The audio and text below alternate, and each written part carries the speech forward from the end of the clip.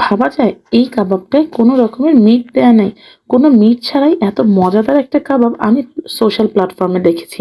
আসসালামু আলাইকুম, welcome to my new video. কেমন আছেন সবাই? আশা করি ভালো আছেন। এখানে আমি ৩টা ডিম সিদ্ধ করে নিয়েছি। সেগুলোকে এভাবে করে ছুরি দিয়ে কেটে নিয়েছি। এই একটু কুচি কুচি টাইপের হয়েছে। পেঁয়াজ ২ রকমের লাগবে। পেঁয়াজ কুচি আর বেরেস্তা। আর পুদিনা পাতা কুচি নিয়েছি।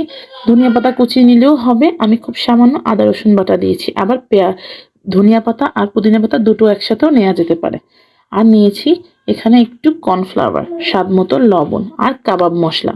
এগুলোর সাথে আর লাগবে পাউরুটি।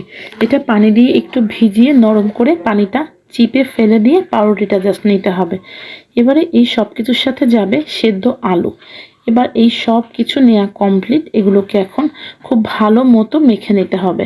সব কিছু একসাথে করে খুব ভালো মতো মেখে নেওয়া হয়ে গেলে ডিমগুলো দিয়ে আলতো হাতে একটু মেখে নিতে হবে, যাতে একদম মানে ছেনে নরম করে ফেলা যাবে না। ডিমগুলো এরকম আস্ত আস্ত টাইপেরই থাকবে।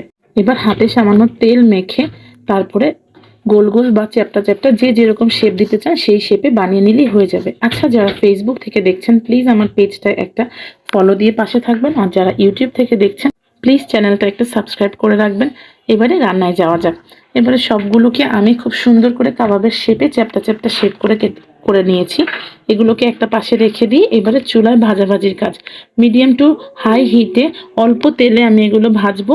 ভাজতে একটু সাবধানতা অবলম্বন করতে হবে, যেহেতু এখানে ডিমের টুকরা করে দেওয়া আছে। এগুলো কিন্তু খুব বাজেভাবে ছিটে আসতেছিল, যার জন্য এইটা আমি আপনাদেরকে সতর্ক করে দেব। এটা আমার নিজস্ব কোনো রেসিপি না। যেই পেজ থেকে আমি এই রেসিপিটা পেয়েছি তাকে একটা ধন্যবাদ দিতে চাই।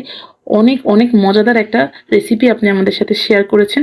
আপনার এই শেয়ার করা রেসিপি দেখে আমি বানিয়ে বাসায় আমরা সবাই পোলাও বিরিয়ানি না, বিকেলে ইভিনিং স্ন্যাক্স হিসেবে আমরা অনেক মজা করে এটা খাচ্ছি। থ্যাংক ইউ আপু, এবং আপনাদেরকেও থ্যাংকস ফর ওয়াচিং আমার এই ভিডিওটা দেখার জন্য।